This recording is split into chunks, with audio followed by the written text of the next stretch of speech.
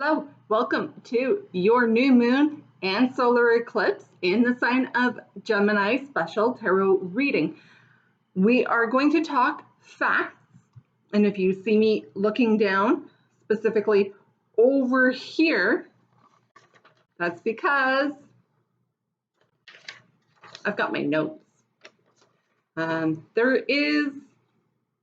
is a little bit more condensed for my notes.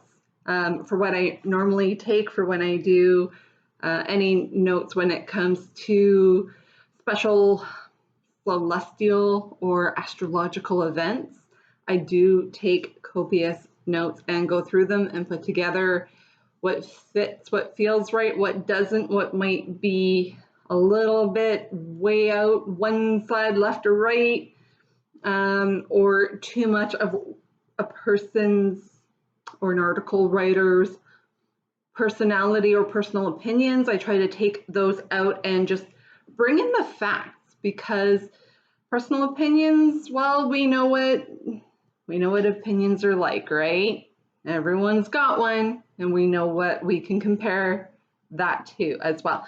But in the meantime, while we talk facts, and I did get a bunch of this information, particularly when it comes to times and places in regards to where you can see the eclipse when the new moon actually happens. I do get them off of things like moon time and date, moon rise, moon set. I get them also from NASA.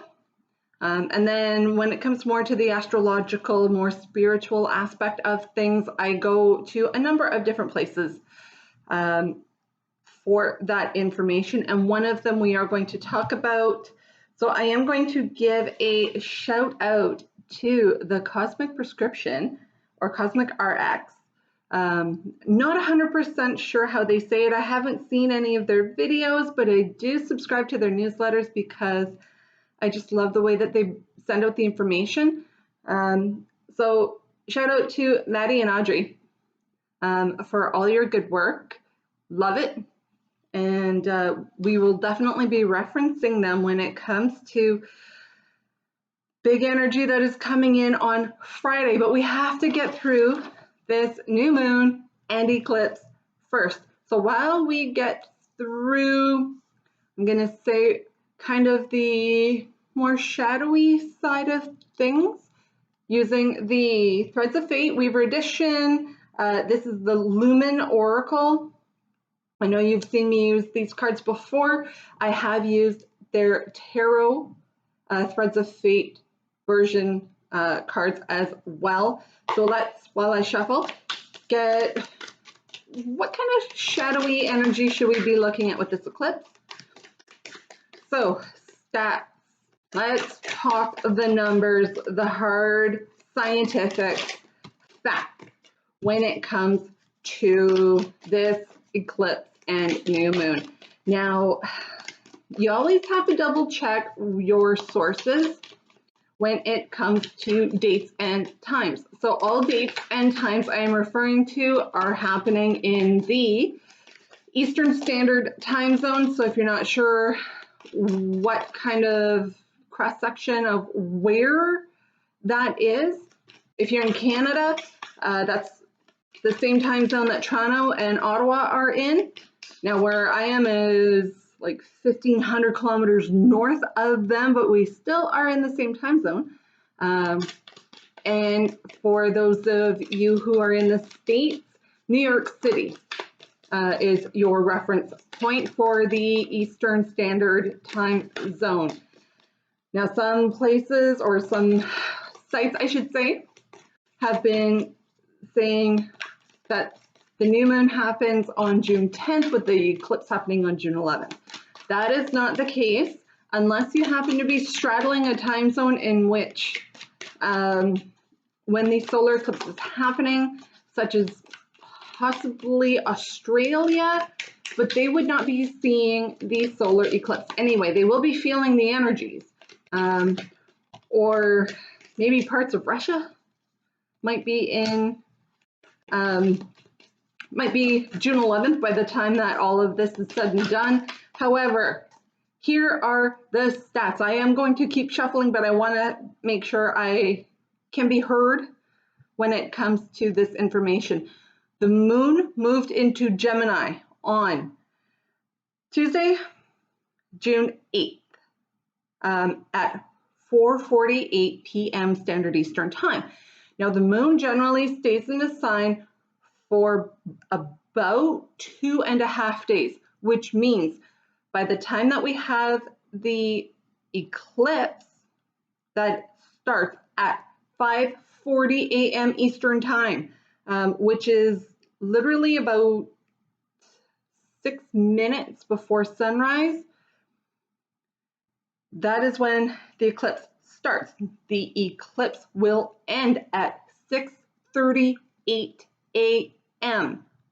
So we get the eclipse for only about an hour, and it will peak roughly, I'm going to say about 20 minutes in, which will be about 6 a.m.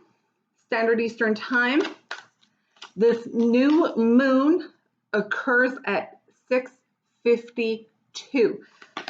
Now, if I get this right, this is not a complete solar eclipse. It will not be a 100% circle. Let's see if we can get one more card. We have 4. I'd like to do 5. 5s are all about change, and so are eclipses and new moons. Now, the one good thing, because I live in Northern Ontario, guess who's going to get to see this eclipse? Who's got the best viewpoint? There may be some points into kind of more eastern Quebec, but this was specifically given a shout out, these regions. North Shore, Lake Superior. Okay, guys, where I live, it's the furthest western point on Lake Superior. That is within Canada. Other communities that were given specific shout outs, so anybody who is along the north shore of Lake Superior, the Great Lakes region, Southern Ontario, not quite as much. It's still going to be dark where you are at when the eclipse is going to be happening, and the sun will just be rising as the eclipse is finishing. So unfortunately, Toronto, we finally have something that you don't. Those of us who live in Northern Ontario can attest it seems to be that Toronto gets everything and gets all the attention. Personal opinion, whether they deserve it or not. The rest of the province and subsequently most of the country seems to get forgotten behind Toronto because they command all the attention. Sorry, Toronto guys, GTA, I am just not in love with you. I'd break up with you if we could. But we up here in Northern Ontario are going to have the best view. 2 other specific names that were given were Geraldton and Long Lac, which, shout out, one of them is my hometown. Now, here's the downside to all of this. It's supposed to be a beautiful eclipse. We see it. It's going to give a silvery hue to the sunrise. But the weather forecast, yeah, 90 to 100% chance of thunderstorms occurring between 5 a.m. to 9 a.m. So we're probably going to be having thunderstorms where I live, which is probably going to be one of the best views, apparently, for this eclipse. Now, here is the very interesting part for those of us who do live in Northern Ontario. If you do more than just watch the skies or your horoscope or your tarot cards, you will know that thunderstorms can bring with it a lot of extra energy. And it's not like this new moon / eclipse is lacking any of that, but these thunderstorms are going to be coming in and potentially giving it a huge extra kick. Now, this eclipse could feel like a tower moment in a way, but we'll get to that in a moment. Let's get to the oracle cards. I am not going to be reading from the book. This is going to be straight up intuitive. So for the collective, what is some shadow work or some stuff that really needs to be addressed during this new moon eclipse? Well, no surprise here. It's self-love. I'm trying to find a way so you can see the words. And it's the peacock. And don't be afraid to strut your stuff. We do have some energy coming in with Mars moving into Leo on Friday, but again, we'll tie all of this together. But self-love, not only is self-love important anytime, but during this eclipse season, because the energies are so high. You got to give yourself a little extra care, be a little extra gentle with yourself. If you are exhausted, then rest.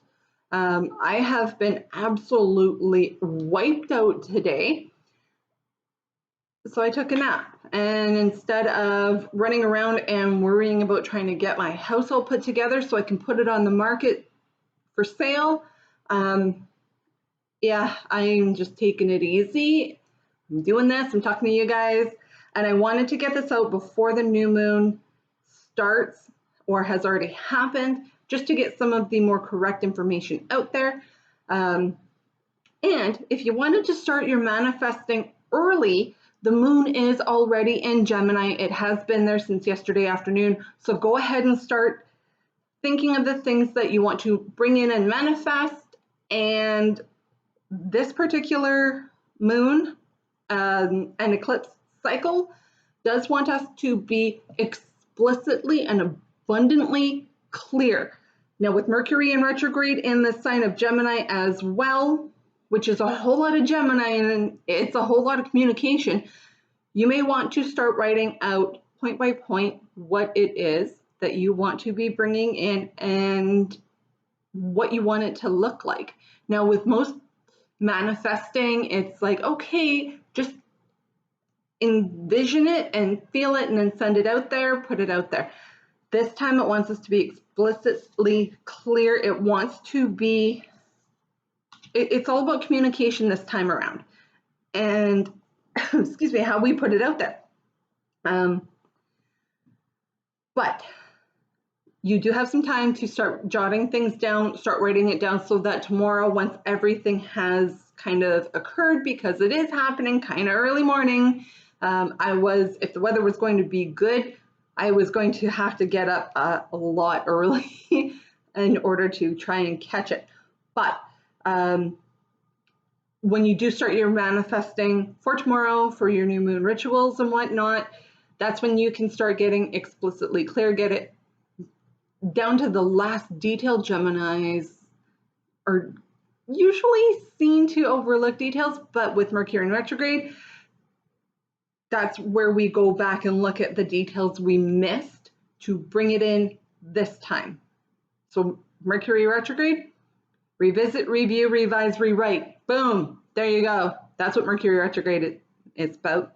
So back onto some of the stuff. We are going to bounce back and forth in true Gemini fashion because, yeah, this girl's a Gemini right here. And I do like the kind of back and forth. I like the plot twists in a book where you read about something that's happening and then you go back to the storyline of the character and then you jump back in. That's what keeps a Gemini interested. So this deck also has, oh my God, I'm just looking at what the cards are actually saying on them, and they have a habit of listening to what I say when I am shuffling. And the first card that is coming up, that this is one of the ones that popped out on its own, that is Dare to Dream.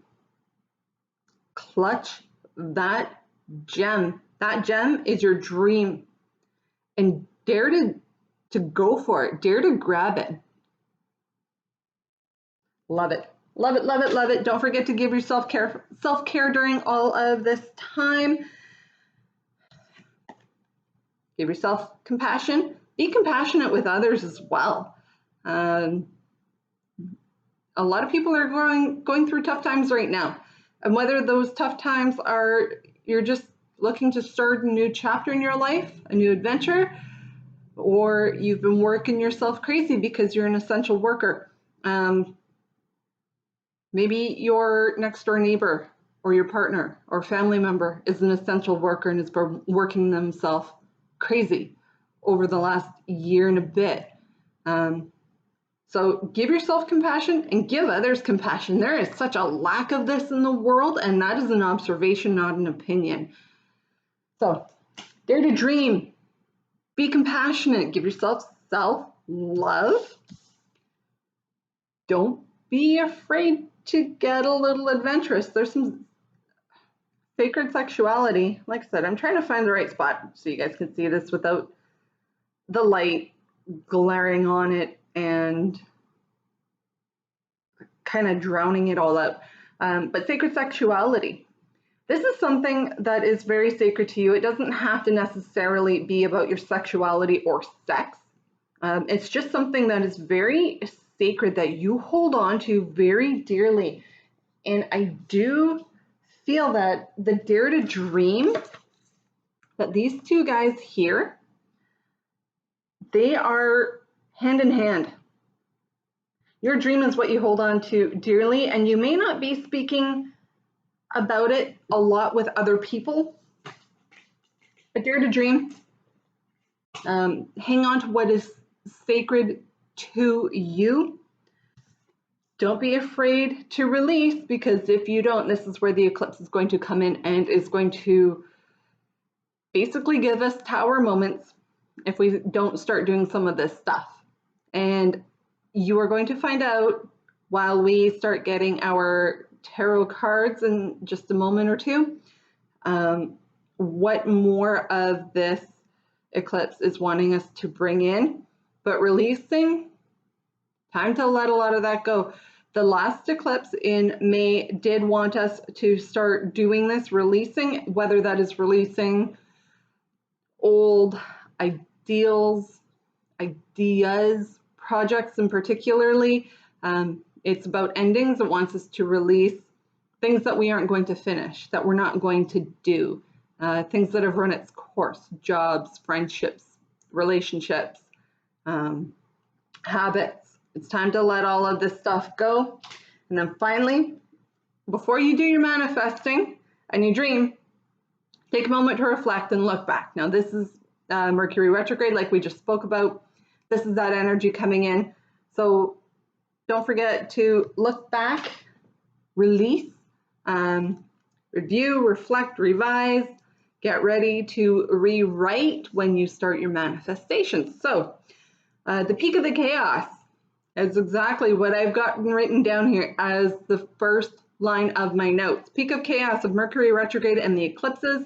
There is extra power to this new moon because of the eclipse. Now, as I shuffle the tarot cards, this is the Murder of Crow Tarot. And I did pick this deck on purpose, partly because of the stark imagery in it. Eclipses, way back in the days of the Celts and the Druids. We're talking before, well before medieval times, into some of earliest humanity. They used to view eclipses as the end of times because they didn't understand what was happening. They thought the world was coming to an end whenever eclipses happening or were happening. So you can imagine their surprise when that actually happened twice a year.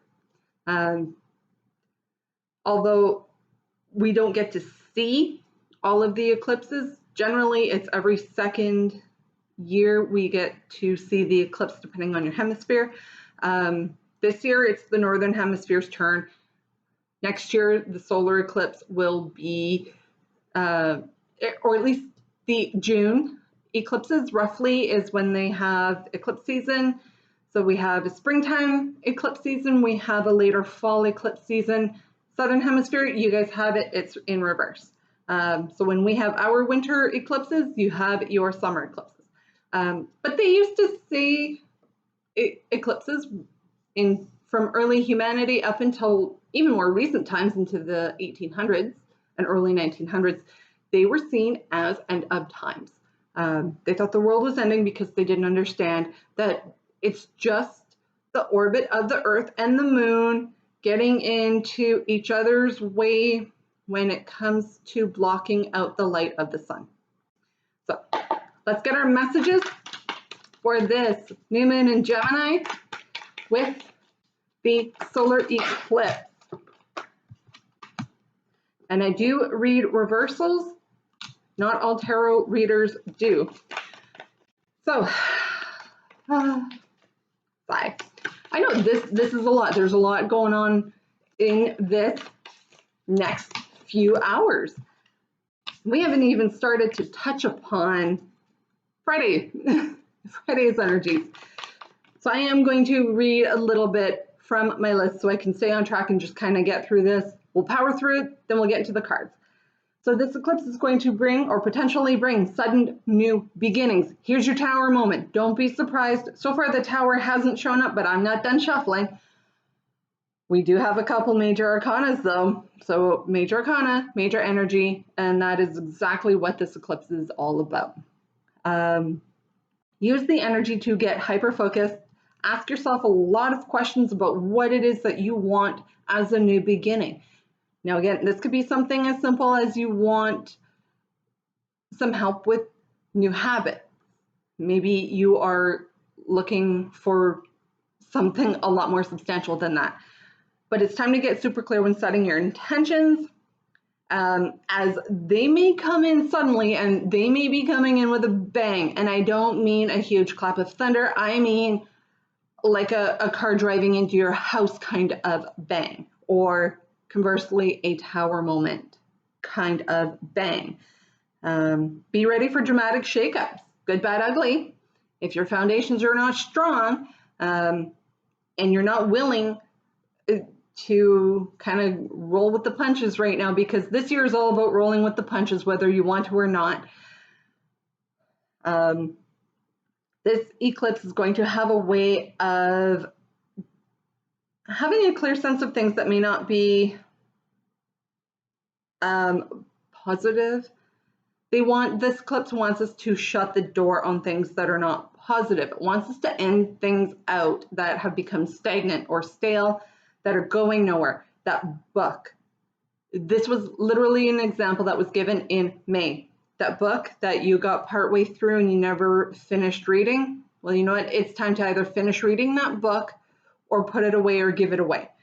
Projects that you have on the go, start finishing those or delegate them or put them away. Whether it's a puzzle or whether it is completely painting your house, which is another reason why I want to get my move on when it comes to getting my house done. Pay attention to your instincts. Geminis are quite instinctual, even though people don't think that, again, think that's a completely Gemini word.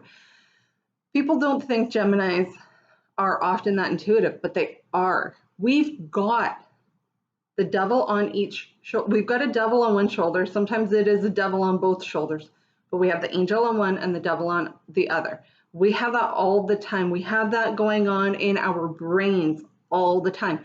But there's a lot of gut instinct that goes into it, even though gut instinct intuition is more commonly associated with the water signs, because instinct is usually more of a water sign attribute.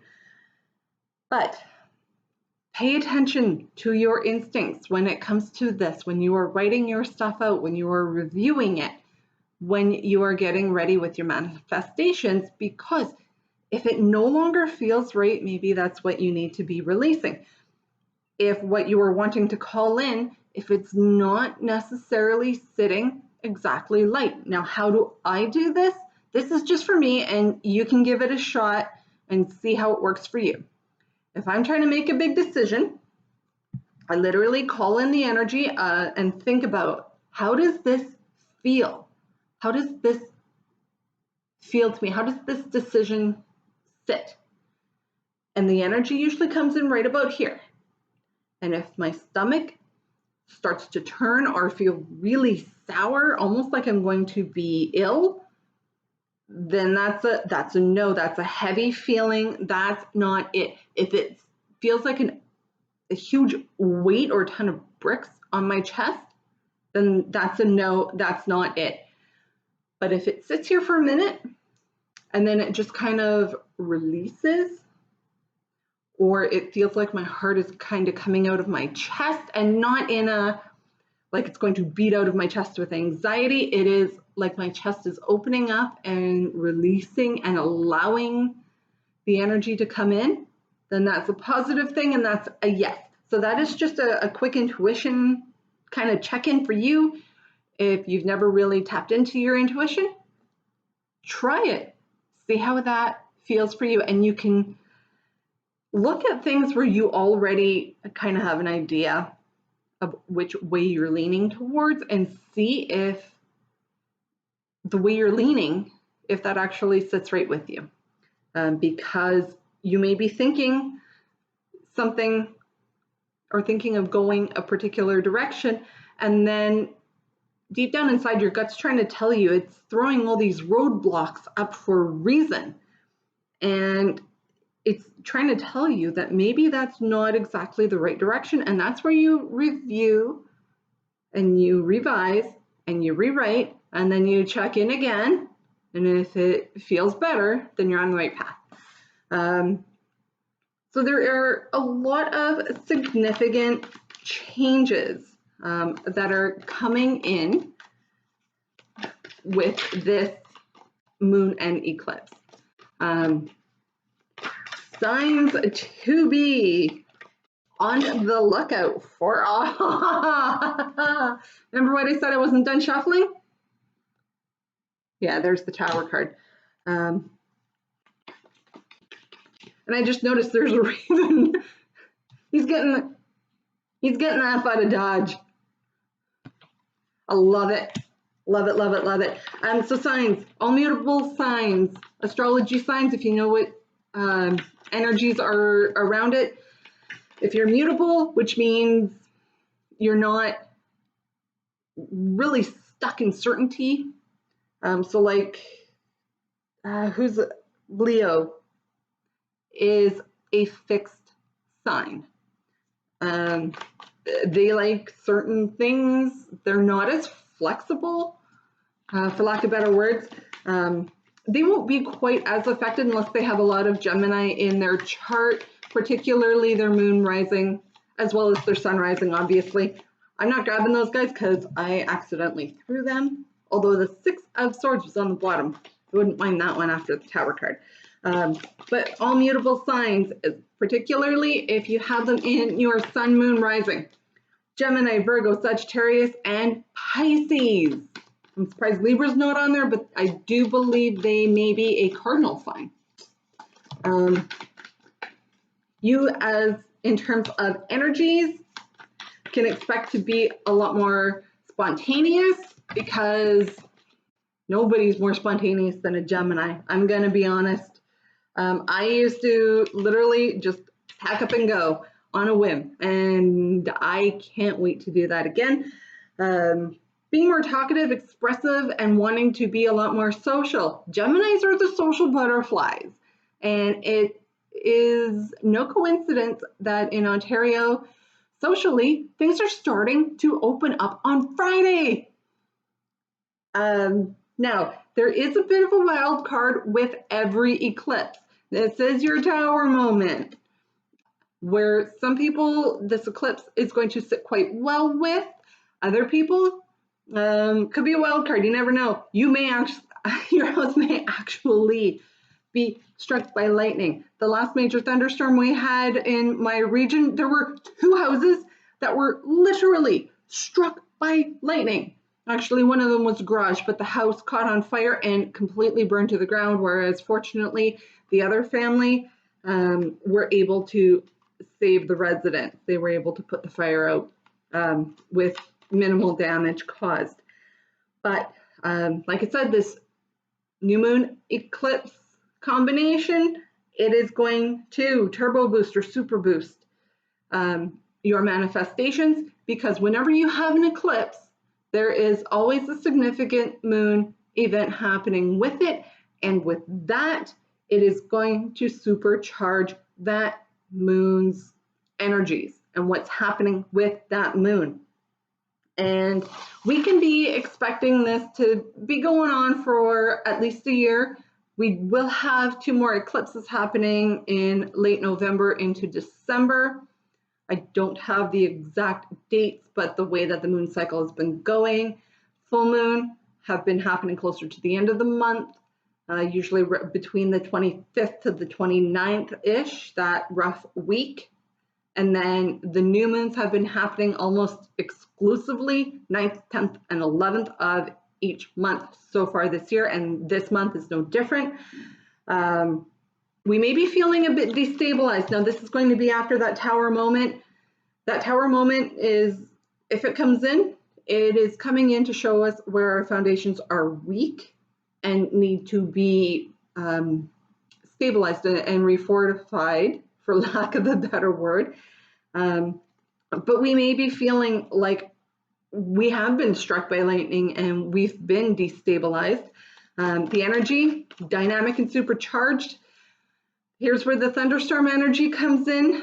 The air is literally supercharged. That's where the lightning comes in, is you have supercharged positive and negative energies coming together with the different weather systems. Like I said, I'm a huge nerd, okay? I love NASA and I love, I'm addicted to the Weather Channel and my weather app on my phone. I check it constantly, probably more than my social media or anything else. The weather app. I go to that and the news nonstop. It's just nonstop for me. So that's how I know this stuff about weather. So yeah, those of us in Northern Ontario, not only are we getting dynamic supercharged energy with this moon and eclipse, we are getting it with atmospheric weather as well. So those of you guys in Thunder Bay particularly, in the North Shore, we may literally be struck by lightning if we're not careful with this, all of this energy. So we have to remember, stay flexible during this time. I want one more card. And we may be feeling a lot of push and pull, like we're between 2 worlds. Do we stay? Do we go? And this is where you need to review, revisit, revise. Again, write out your list of pros and cons for any major decisions, even though major decisions should be held off for the time being, particularly until after June 22nd with the Mercury retrograde ending on that date. Now there is the approximate 10 to 14 day post retrograde shadow phase, but that's when the worst of it's over. You may want to hold off major decisions if you can, or at least signing on the dotted line. If not, just be abundantly cautious when it comes to, there we go, there's the extra cards I was looking for. Be abundantly cautious when it comes to looking at the wording and what you are signing and agreeing to. Now, one more quick thing. We will get on with the tarot portion of this, and this is going to be a super long video. Mars moves into Leo on Friday. So we got to get through Thursday with this eclipse energy, with the moon energy. Now, later on Thursday, the moon does go into the sign of Cancer. I thought I had it written down. I'm not going to look too hard for it. But the moon does move into the sign of Cancer later on Thursday, and that is where some of the energies are going to start kind of dying down. The moon loves being in the sign of Cancer. That is its home. Cancer is ruled by the moon. So there is a little bit of a deeper emotional kind of coming back down from free floating at 100 miles an hour type energy. We're coming back down a bit. Now, luckily, this is a new moon phase, so it doesn't get too emotional, as a full moon in Cancer is super emotional. So it does kind of bring us back down a little bit, only to get supercharged up with Mars moving into Leo. Now, Mars is, it rules over the sign of Aries, which is fire sign. So it is a bit of a homecoming when it moves into Leo.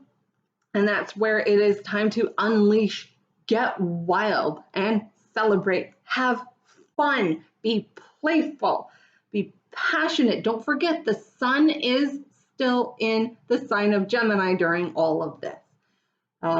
Get steamy. If you've got that's someone that you want to get steamy and cozy with, well, when Mars moves into Leo, it's a perfect time to do that, and embrace that loud and proud energy, which is Leo energy. Now, off the bottom of the deck, we have the Page of Swords. There may be a feeling like we're not up to the challenges that we are currently in or facing or are about to face. Know that you do have what it takes to get through it, and you do have the skills to do so. Oh, I am going to talk about, we've got some good major arcanas here. There is the Knight of Swords. So we have the Page and the Knight of Swords on the bottom of the deck. This is kind of the background influencing energy. We're not sure we're up to the challenge and that we have the skills, but we do. And not only do we have the skills, energies are coming in to basically save the day, solve the problem. They're coming in with the answers, but just know, because it is swords, it is just clearing the energy in our minds. We are going to be able to make decisions once we get over our fear and self-doubt. What else coming with that? The Knight of Swords does not necessarily take emotions into consideration, and that is some of the eclipse energy that is coming in. It's not going to take emotions into consideration. It's going to make decisions for you. Now, also on the bottom of the deck, we've got the Wheel of Fortune. So things are not going to be slowly spinning in our favor. They're going to be, remember the show Price is Right, where they take that great big huge wheel and they put everything they have into spinning it? Well, that's the energy that this Wheel of Fortune is going to have during that eclipse. If your karma's been good, you've been putting in the work, you may find that your fortunes are changing in a massive hurry. Now, if you haven't been doing the work and your karma hasn't been so great, and you have been riding high good fortunes, you may find that your fortune is changing in an opposite direction. Be strong. There's the energy of Leo with the Strength card. Now, don't forget, we've got the infinity sign here. We have an infinite supply of this strength. And with this strength, we are not exerting it. We're not running roughshod over people. We are not forcing it on people. What we are doing is showing grace and strength while under pressure, and doing so just with a lot of grace and with gentleness. We're just going to very quietly dig in and show people what we're made of without being super overt about it. And we're not going to force or bend anybody with our will. We're just going to go about doing what we're doing, and doing so gracefully. This is also some of the energy of Mars going into the sign of Leo on Friday.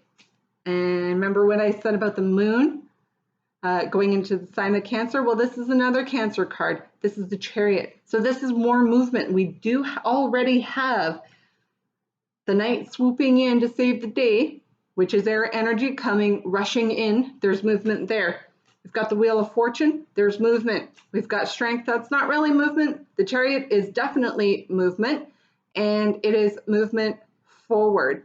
And again, doing so with a measure of strength, because even though this is normally lions or horses drawing the Chariot, because this is the Murder of Crow deck, these are ravens, but you have to have a lot of strength to control the direction they're going. So this is also a measure of more moving forward. You're going to have to use your strength in order to move forward. Use the power of the eclipse to manifest how you're doing this, where you're getting the strength from, what you're drawing upon it on. Now, beware, this is the Mercury, oh, good grief. There's my Mercury retrograde showing its face in my lack of ability to speak all of a sudden. Be cautious of deceitful behavior, whether it's your own or others. This, I'm feeling, strongly relates to the Mercury retrograde with the miscommunications, maybe being taken for a ride, with underhanded dealings when it comes time to signing contracts, or making deals or signing anything. Keep this in the back of your mind. Again, it's Swords energy, so it is mind. Swords is all about your mind. Keep it in mind, just so you can keep it in check. Ace of Wands. Ace of Wands is a swift new beginning that happens. No coincidence that the Tower cards not too far associated from this in this deck, but we are going to get to this Tower card in a moment. But Ace of Wands, remember what I said about the eclipse bringing in sudden potential, sudden new beginnings, sudden changes. Actually, yeah, we are going to talk about the Tower card. So Tower card, also major arcana, all about sudden changes, sudden endings, sudden new beginnings, and this is what the eclipse is all about. Here's more endings, the ending to a painful cycle. Here's the Ten of Swords. Now this goes particularly if you've been stressed out lately or within the last little while. The Ten of Swords, end of the painful cycle. It's over, it's done, and it may come in. This Tower is the theme of this eclipse with this particular moon. Now, we also have the Three of Wands. Now, Wands is fire energy. It is very fast moving. We've had to make some decisions, and we are getting our answers. Whether they're good answers or they're bad answers, we're getting answers. They're coming in. As you can see, this raven here, normally this is a ship coming in with the answer, but this raven is the one that's being the messenger, as ravens are, coming in with the answer. Up next, we have the Knight of Cups in the reverse. So there isn't necessarily some love being brought in or shown to you. You're going to have to do that yourself with your self-love and your self-care. So don't be expecting a new romance in particular to be coming in or starting at this time. It is not necessarily the world's best time for this to be happening. We will have Venus moving into the sign of Cancer in the very near future. So once we get through this eclipse and moon and Mercury retrograde, then we're into the sun being in the sign of Cancer. Venus will be in the sign of Cancer. And then we've got Mars will be in the sign of Leo, which is kicking up the passion part of any potential new romance. But right now, not necessarily the time for that. Up next, we do have the King of Pentacles. So you may have been working very hard, whether it be just working in general, working very hard on manifestations. There is a lot of loyalty and commitment with the King of Pentacles, but the King of Pentacles is also very abundant, very wealthy, committed, loyal, and hardworking.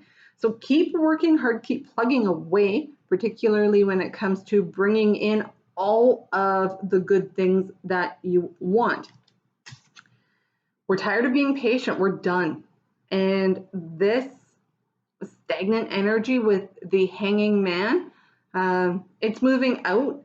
Don't forget, we've got this tower energy that is playing out with all of this eclipse, new moon stuff. We're getting out of this hanging around. We're tired of it. We're done. We feel like we've been in suspended animation in what seems to be forever. These new beginnings and endings, the universe has been promising us these for almost 3 months now. Well, guess what? They're here. These are things that we have been nurturing and feeding, and we've been growing and putting a lot of energy into with the Empress. Now again, this is Major Arcana, the Hanging Man, Major Arcana, card of Pisces. The Empress here, I'm drawing a blank, so I'm just going to keep moving on because this video is probably going to be close to an hour. The Empress, nurturing, loving, giving, caring, ready, on the verge of birthing. The Empress is normally depicted as being pregnant. It's feminine energy, Venus energy, Taurus. No, Taurus is the Hierophant. Anyway, it is Venus energy. And like I said, she's normally depicted as being pregnant and on the verge of birthing something. Well, there's your new beginning that it's basically time to give birth to. We're not being called to take action. There is some divine timing here with the Judgment card. We may be seeing our judgments playing out. Now, whether that is in our favor or not in our favor, we are going to be seeing this during the eclipse. Now, this with the Tower playing out hand in hand goes with the Wheel of Fortune. Things are going to be changing in a hurry, and depending on what you've put out there into the universe for karma, the whole 9 yards, your manifestations, we could be seeing this coming in the form of divine intervention. There's a Tower moment. It will be shaking you, shaking your foundation. And if we've been looking at needing to make a decision, well, this eclipse is going to be calling us to make that decision, or at least showing us what it is that is coming in order to help us make that decision. But just know in the end, this Tower moment, I feel for a lot of people, we've got the Sun card. This is the end of a cycle. Judgment card is also the end of a cycle. The only card that really would indicate any more of an end of a cycle is the World card. And let me check the very bottom of the deck. Ooh, Ace of Swords, another fast-moving beginning, new beginning. Three of Cups is celebration. King of Cups, love and intuition, victory after a battle. Moon card, we're seeing something. We're getting something revealed to us with the Tower card. Something's going to be revealed to us that has been hidden in the shadows that we were needing to see or needing to have shown to us. Yeah. We've been too patient for too long to get through the heartbreak of carrying too many burdens. And like I said, the World card is the only ending card that we really didn't get. But we do have the Sun card coming up on the horizon once we get through all of this moving and shaking with this new moon and the eclipse. Now, just to touch upon, what does manifestation look like, and what does it feel like? What kind of rituals can you do? We might as well talk about this at the end of the video, right? So for me, what I like to do is, if it's something that really is going to be touching your heart, I know a lot of people want to call in love and have been trying to call in love, but they've been pretty vague about what it is that they want. They just want love. They want a relationship. Well, you know what? Just putting it out there like that, it's not that specific. So the universe might show you plenty of options to offer you love, but it's not what you're looking for. So you discard it, or you say, well, it never works. This particular moon, get explicit. What exactly do you want? If you're calling in love, what do you want it to feel like? What do you want the other half of this to look like? And with all of this Gemini energy, be very specific. Communicate exactly what you want. Once you've got that done, I find for me, I'm a writer. I like to write things out. I like to see it. Write it out. If you think you could potentially be more specific, then do it. Be more specific. Rewrite it. Read it out loud. You don't have to, particularly if you live with other people and you don't feel comfortable doing it, then don't. But you can read it out loud. And then as you read it out loud, feel the emotions that you want to bring in. So if you want to bring in the love, bring in and feel that giddiness of new love, that the warmth and comfort, that real love, the stability that it brings in. Just know there is always free will, so don't necessarily attach a specific name to it, because the other person has the free will to choose whether they wish to participate or not. But be specific that way. If it's a job, same thing. What does your paychecks look like? What is the job? How does it fit for you in terms of skills and how you wish to apply them? How does the going to that job make you feel?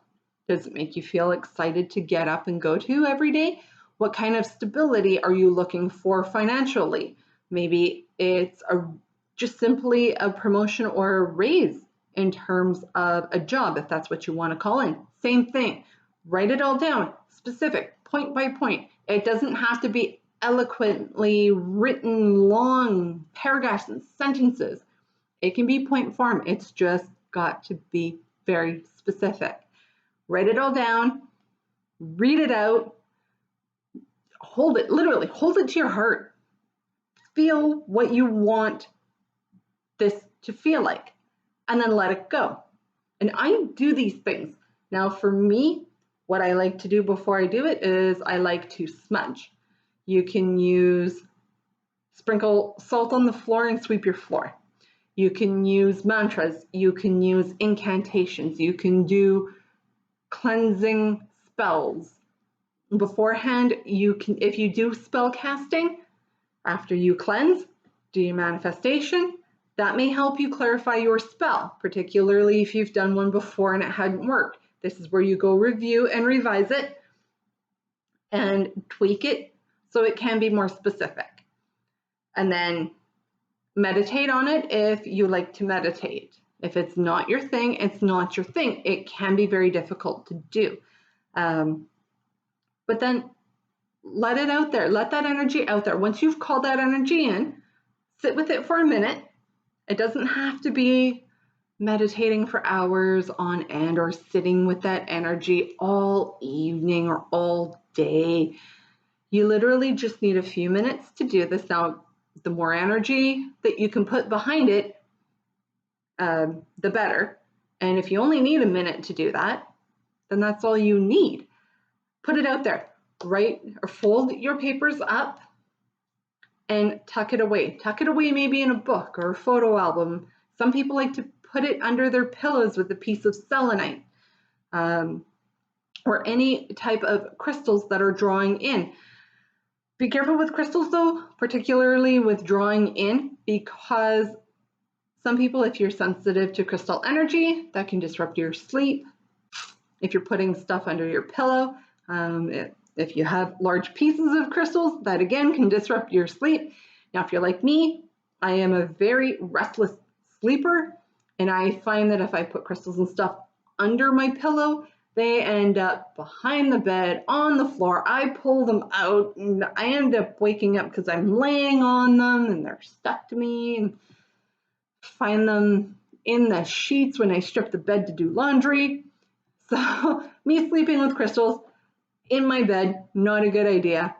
But you can put them in your nightstand with some crystals in a drawer. Amplifying crystals, the two big ones for me are smoky quartz and clear quartz. Again, be careful because that can amplify a lot of energies, and if you're sensitive, then it could disrupt your sleep. Me personally, I like to keep things in a different room just because I do have a lot of trouble sleeping. And apparently that is common with people who are highly intuitive, maybe even a little touch psychic, and those who are very sensitive to energies or just have trouble sleeping for whatever reason. Just to be on the safe spot or in a safe place, I would not bring crystals into your room if they are going to amplify anything. So I am going to leave it here. Get creative when it comes to your manifestations. If you can think of anything that fits for you, anything that works for you, that you've done, that you've tried, that you really like, feel free to leave it in the comment section. I am not someone who likes to keep tips and tricks secret.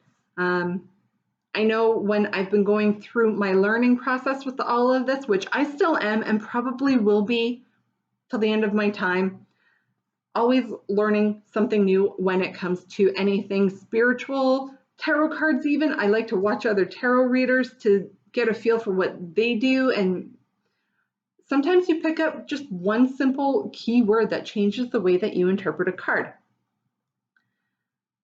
So always be open to learn something new. Leave your tips, tricks, manifestations, if you've got anything, mantras, spells that you want to share, leave it in the comment section. So I'm going to leave it here, and I will be talking to you later on in the weekend. Stay safe. If you are using candles or fire in any of your manifestations or spell casting, please use caution, be careful, do not leave anything unattended. Where I'm at in Northern Ontario, our fire hazard kind of is ranging from extreme to high. If you're using candles, you do not want to have them around children, pets, or curtains. Curtains are highly flammable, you guys. I was a volunteer firefighter for 4 years. Horrible. I will not have curtains in my kitchen for that specific reason.